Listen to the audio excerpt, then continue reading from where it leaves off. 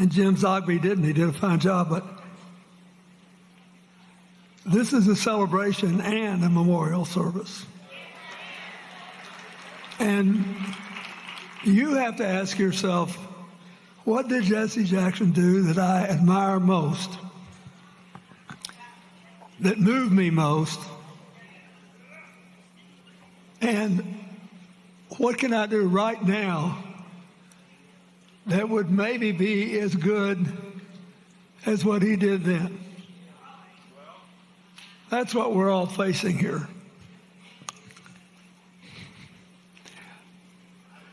I love Jackie and her family. Santita sang at my second inauguration. The boys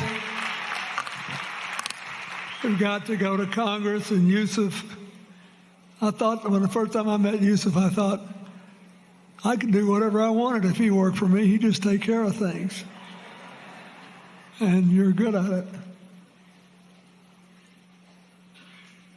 It's been an honor to know all of you. But I want to say something, highly personal tonight. I came to truly love Jesse Jackson. And we had more in common than he thought. We were both two guys who were born to single mothers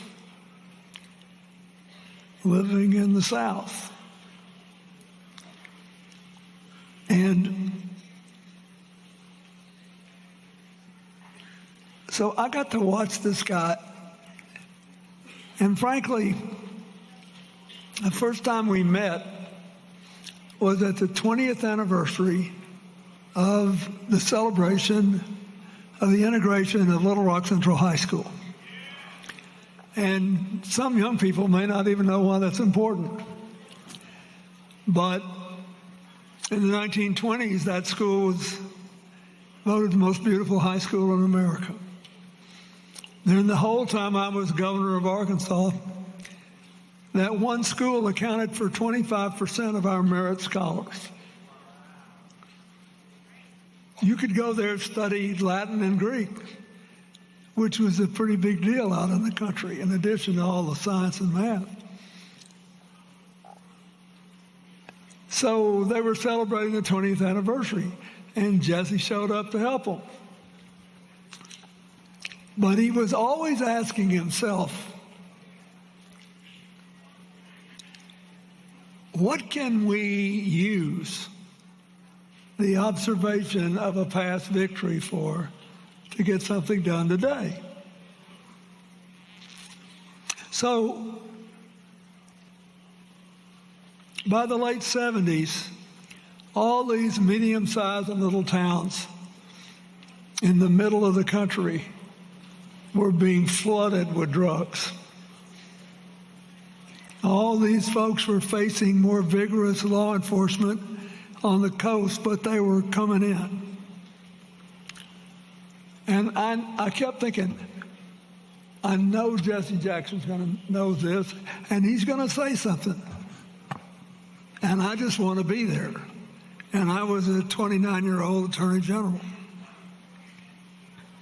And Hillary, a Chicago girl, was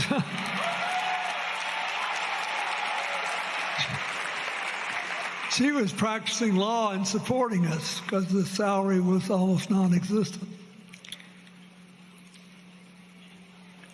So Jesse gets up in front of this crowd of kids, and their eyes were big as dollars. And he said, you owe a lot to the Little Rock Nine who integrated this school. You owe a lot to Daisy Bates and the other people who supported them. You owe a lot to the people who were there long before them.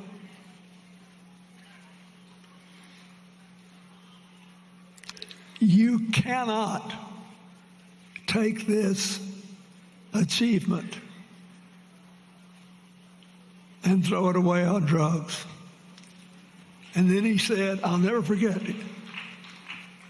And I thought, where are all the conservatives when you need them to cheer? Jesse Jackson looked at these kids and he said, you have to open your brains, not your veins. And I thought to myself, no matter how long I live and stay in politics, I may never have a single line that's that good. I mean, think about it. It's totally brilliant.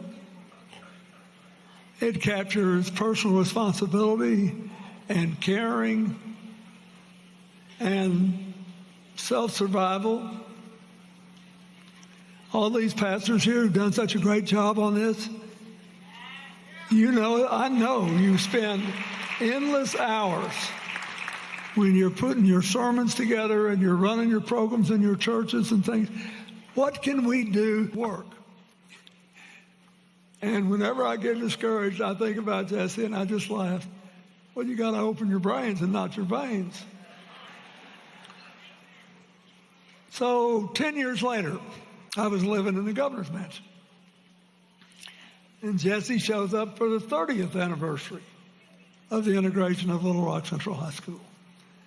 By then, I become governor, and we bring all of them back to the governor's mansion because that's where Governor Faubus plotted to disenfranchise them and keep black people out of school. So we had a big dinner that night. And after the dinner was over, Hillary asked Jesse to hang around so we could talk. We went to the kitchen, put some more food on the counter, and talked till midnight. And Hillary said, we all got to work tomorrow. I'm going to bed. 2 hours later, Jesse and I are still going about it. And she walks into the kitchen and throws us out.